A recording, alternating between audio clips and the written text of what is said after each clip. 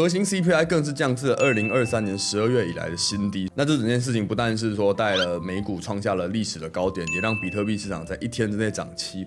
这个是这个礼拜最大的利好消息之一。全球证券指数发行商 MSCI 将添加42档证券，其中值得注意的是，比特币持仓量霸主的 MicroStrategy 也被纳入了该指数之中。我自己私心认为，让一档以太坊现货 ETF 被拒绝，是激起市场上恐慌的一个非常重要的一个因素。这件事情，因为它是一个早晚会发生的一个利多消息。当然，在半年前，当我讲这句话的时候，大部分人并不相信。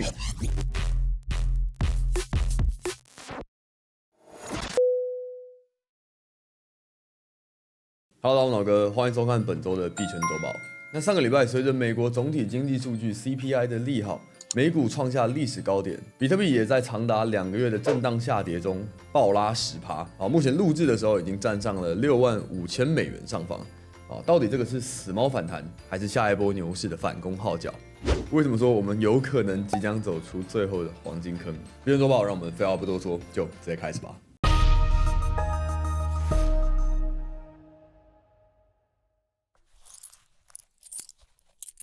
第一个，我们看到 CPI 降温提振信心，美股收史高 ，BTC 站上 66K，ETH 站上3000。好，上个礼拜四，美国公布的 CPI 数据显示，通膨降温燃起投资者对降息的希望，美股3大指数收于历史新高。比特币24小时涨7%，站上66000美元，以太币则站回3000上方啊。那我们都知道，美国的总体经济的数据是对币圈有非常重大的影响。这2个月尤其是这样因为大家知道说，2024年之所以大家认为是牛市，其中一个理由就是大家觉得会降息。然后这2个月就一直在怀疑说，到底要降还是不降啊？是5月降、6月降、9月降，还是不会降啊？等等的，大家就一直在猜这件事情前几次的几个数据跟鲍尔出来说话，都是一些比较利空、比较鹰派的消息。那这一次终于是也比较利好了这个消费者物价指数 CPI 基本上就反映了现在通货膨胀的速率嘛。上个礼拜公布的数据是 3.4%， 这个是符合市场的预期。那顺便补充，联准会是表示说，他们希望能够压到2%之后再降息。当然，大家都知道，肯定不会真的压到2%之后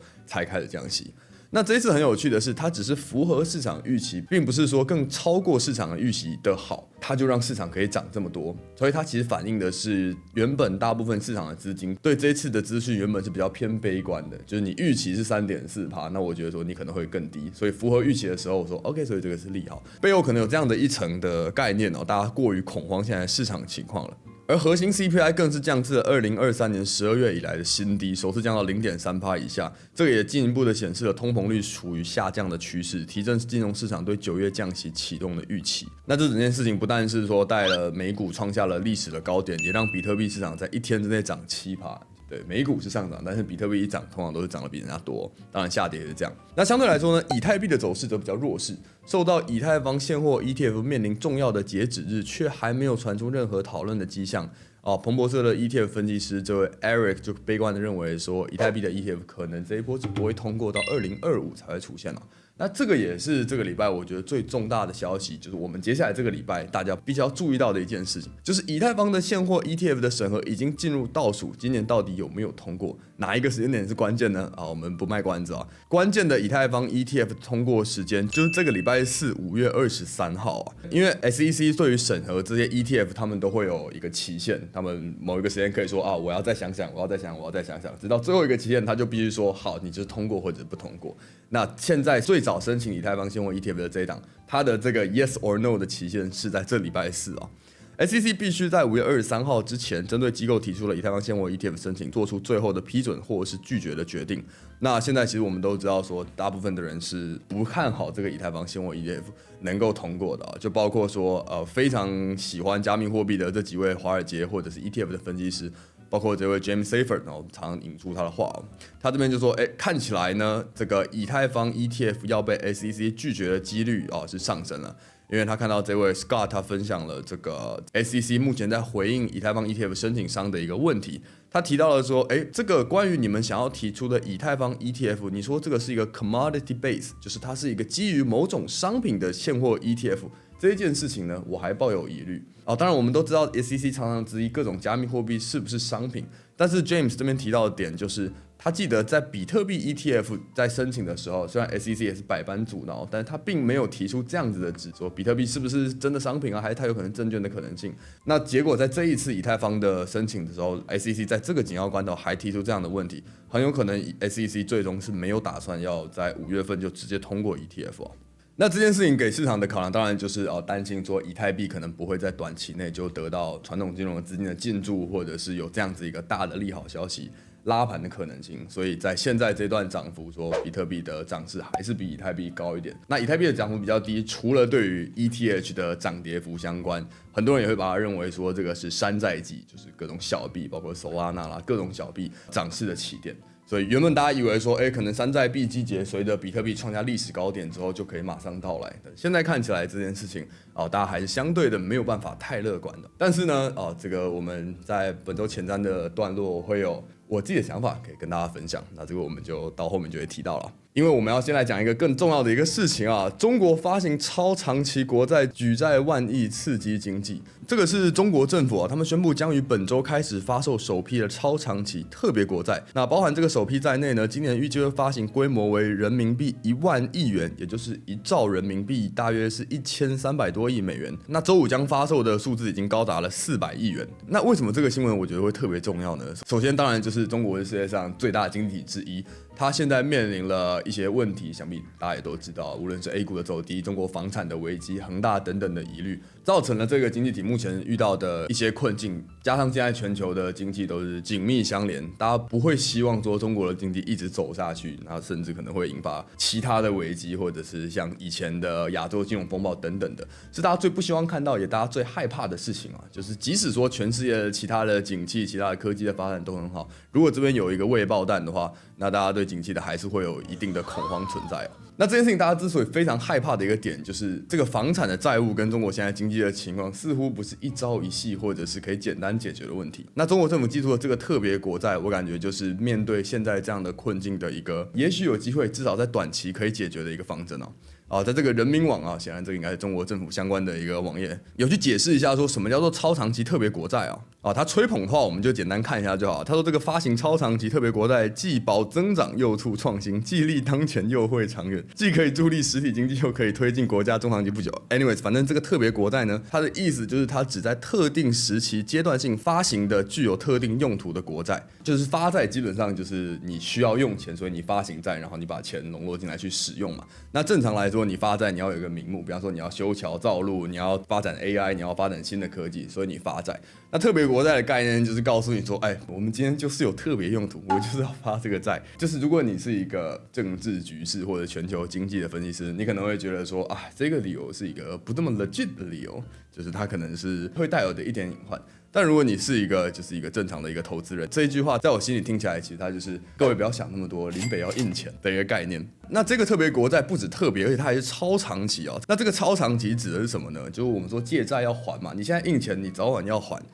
大家这个的特别就是它可以很晚还。一般来说，中国的发行的债的上限在10年。那这一次的特别国债发行的预计是20年、30年、50年的超长期国债，均期都均大于10年。也就是说，他现在印这个钱，而且他告诉你说，他印这个钱呢，10年内、20年内他是不用还给你的。现在市场上就拿这个钱就花吧，剩下的债的话呢，我们就20年后再烦恼。当然，我刚刚提到的总经分析师可能会觉得说，这个是一个债留子孙的一个困境。那当然，如果你是乐观预期的话，如果这个钱能够在现在能够救回中国的经济，发展出更好的金融的发展，那子孙其实也会赚到更多的钱，所以债留子孙不见得会成为问题。对这个两派的观点都是存在的。那就现在全球短期的经济来说，当然它的中长期的效益当然是各有利弊，但是就短期的经济来说，如果中国政府能够把这笔专款用在对的地方，它是有机会可以解决目前的一些困境的这个是我自己的观点。但是我相信大部分的人都可以认同的一个点是，中国在过去几年已经开始用了很多的方式，试图解决目前中共政府财政收入的来源枯竭等等的问题，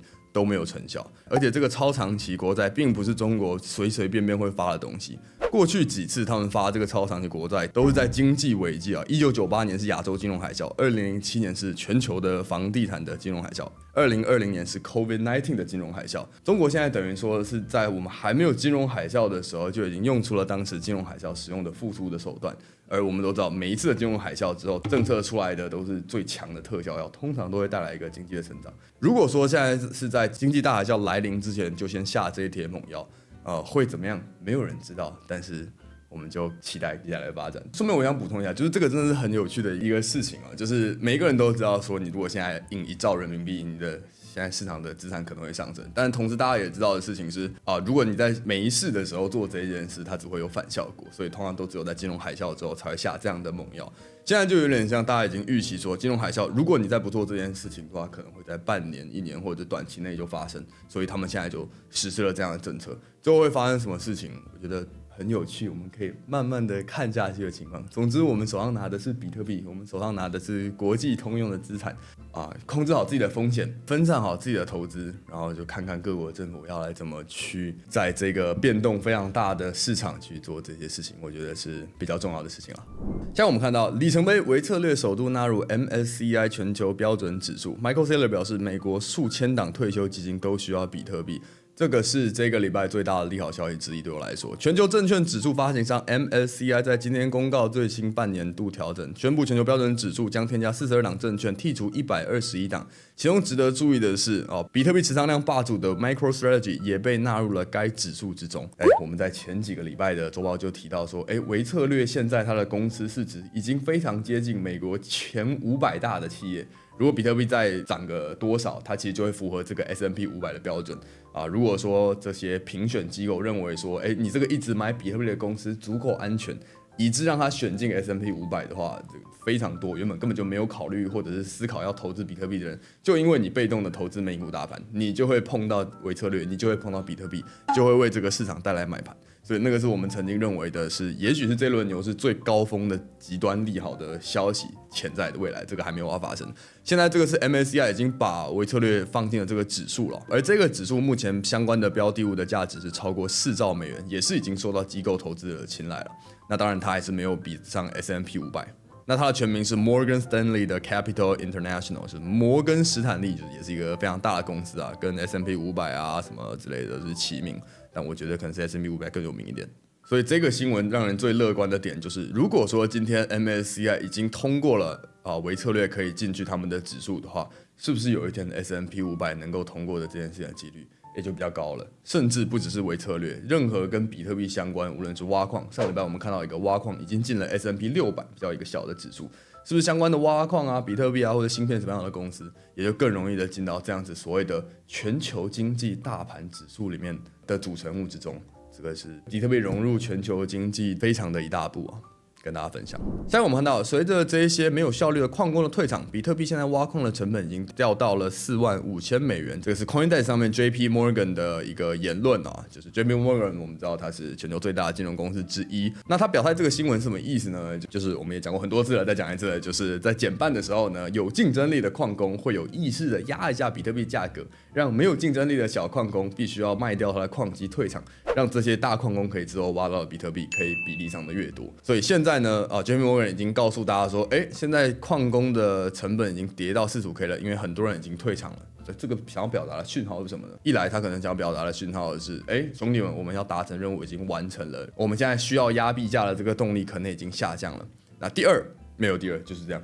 除了这件事情以外，我不知道为什么 JP Morgan 要跟全世界说这句话，就矿工们什么之类的。他应该是有投资矿器啦，然后他告诉大家说，现在挖矿的成本已经下降了，大家可以来投资我有投资的矿器股票的概念了。就是他可能对于比特币涨到哪里去，他不是特别的像我们这些币圈人一样看好，但是呢，他看好的是为比特币这个产业提供金铲子的人，就是挖黄金的人不一定赚，但是卖铲子的人很赚钱。JP Morgan 他们作为一个有投资矿器或者是有相关的参与的企业，肯定也是跟我们一样，希望这个产业能够有更好的发展的。现在我们看到这个就是 Eric 分享的一个目前的机构，他们揭露了有多少人投资比特币 ETF 的情况。目前投资比特币的最多的是这一家叫做千禧年的资产管理公司，然后总共有这么多。然后他觉得有趣的一件事情是，有投资比特币现货 ETF 的类别的公司非常的多，从 hedge fund 这个是对冲基金，这个是投资顾问等等的 private equity， 然后甚至到银行这些都有。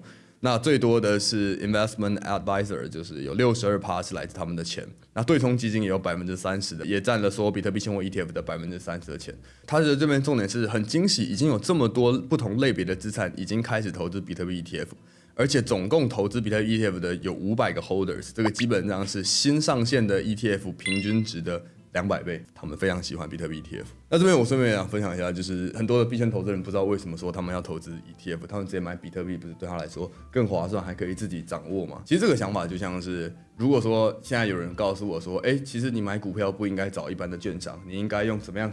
的方法可以有更低的手续费，那我可能也不敢去那样做，因为我对这个人的信任其实非常有限。就像这些大型的传统的基金，他们对 Coinbase 跟币安的信任其实非常有限。即使说 Coinbase 可以给他比特币现货 ETF 便宜1%的手续费等等，但是他的资金太大，他不能容忍这个一点点的信任的问题。以及为了这个信任的问题，他还要花更多的时间去调查说，所以 Coinbase 是不是可以的，所以 Kraken 是不是可以的？就像我们自己每一个人在调查这些事情的时候，你也没有办法花那么多的时间成本。所以最简单跟最有信任的方式，就是买贝莱德跟这些大机构推出了比特币现货 ETF 受到监管的情况。所以我觉得这个想法也是很多人低估了 ETF 上线之后对整个市场起到的一个很大的作用，因为大家以为说这个东西是没有用的，其实它的影响力是非常巨大的。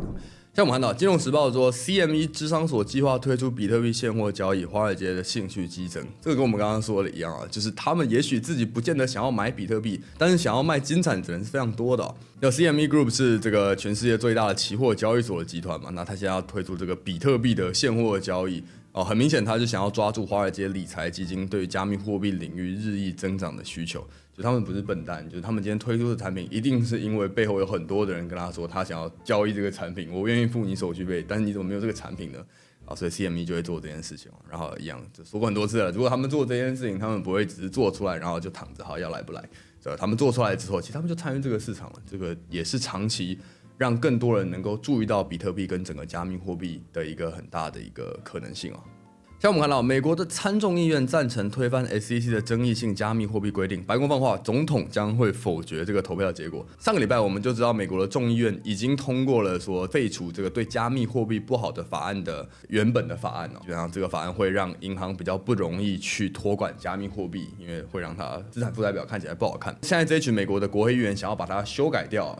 是一个利好加密货币的事情。原本是以共和党党员为主的众议院已经在前2个礼拜已经通过了。那我们上个礼拜的周报有提到说，参议院还没过。那现在呢？这个礼拜参议院的投票出来了，他们也以60比38投票通过了，应该要推翻这个不利加密货币的法案。而这件事情本身其实就蛮有意义的，因为参议院是以民主党党员为主的一个美国的国会，这并不直接代表着这个法案一定会被推翻掉，但是这已经代表着民主党跟共和党的议员都已经偏向认为说，其实加密货币是应该要更加的被友善的监管，而不是被严格的监管。那之所以国会投票都已经通过，他也不一定通过，是因为拜登总统拜登还是有这个权利去拒绝这整个一个提案。那拜登总统其实白宫上个礼拜就有提到说，即使参众两院都通过，他应该也要拒绝掉。那这对我来说没差，反正总统的意见就总统他一个人的意见，他当然可能代表了某些人的意见，但是如果今天国会2党的国会议员都是这样子想的，那说明民心所向。美国是一个民主的国家，美国是一个看钱的国家。如果说今天这些国会议员都这样投的话，那他的修改与否对我来说就不是一个会不会，而是何时这样的问题了。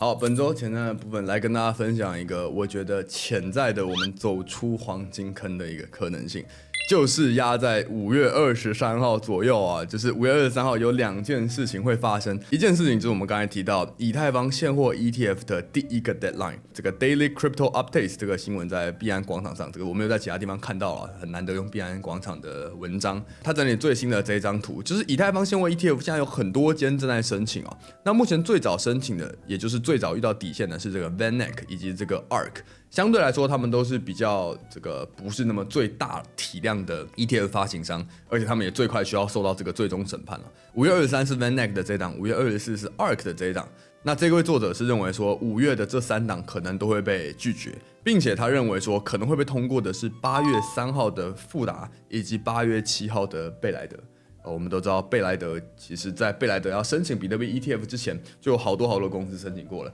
全都失败，直到贝莱德说他要申请，以及他的申请甚至到底线之前，他就通过了。所以我们知道他搞 ETF 的实力是非常非常强的。而相对来说，目前就连 VanEck 执行长这个 Jan VanEck， 原来 VanEck 就是他的姓他自己就接受采访的时候，他就表示说 SEC 很有可能会拒绝他们这档以太坊的 ETF， 他们是第一个申请的，他们跟 ARK Invest 可能应该会是5月第一波被拒绝的人。但我觉得他非常有骨气他自己知道他们有可能会被拒绝，但他们没有退出这个申请，因为我们知道灰度他的申请底线在6月，但他已经退出申请了。之所以我觉得说他这样很有骨气，是我自己私心认为，让一档以太坊现货 ETF 被拒绝是激起市场上恐慌的一个非常重要的一个因素。我身边的大部分的币圈人现在有2种态度，一个就是现在当然就已经可以开始布局比特币，另一种就是他们还在等一个大暴跌。那这个大暴跌可能会带来的原因，大家可能想象的可能是战争总经或者任何想到想不到的东西。想不到的东西我们就不说了，想得到有可能造成币圈大跌，我们可以期待一下的机会之一，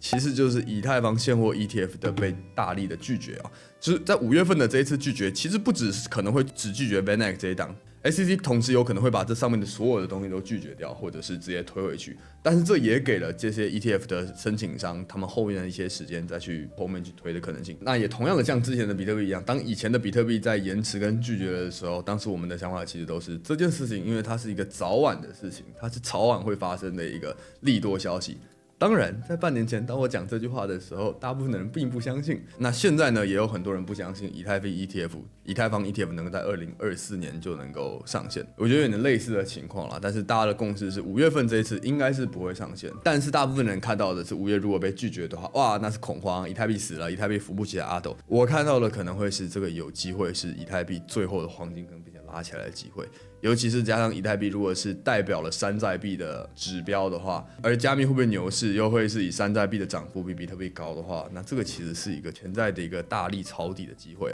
不构成投资建议。因为我们除了看这个东西以外，还要看更多其他事情，尤其是总体经济5月23就那么巧同一天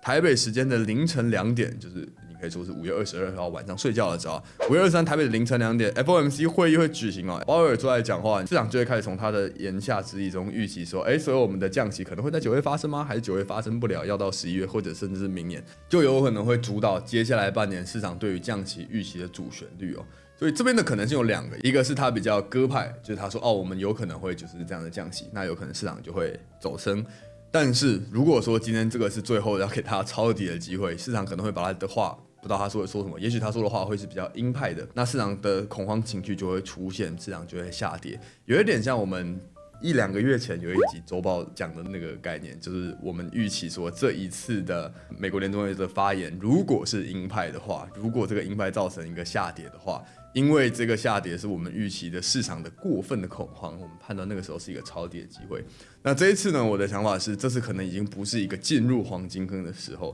现在可能已经是黄金坑，我们已经在这个坑里面很久了。就是如果要再下跌，可能也不会有再起波了，完全不构成投资建议，非常非常乐观的一个说法。如果你今天买比特币，然后比特币归零是完全有可能的。然后我非常的穷，我赔不起你，所以大家做好自己的判断。还有另一个点我们上个礼拜的周报有提到，这个礼拜4的时候吧，台北时间在那一天的下午4点，有一个叫 AEVOB 有一个超爆大的大额解锁。我上个礼拜在台中场的课，就有人跟我说，老哥你讲那个 AEVOB 它大额解锁大跌，它真的就暴跌了。我自己是没有做空到，然后但是你可以看很有趣这个是时间点，5月15号的下午3点、4点、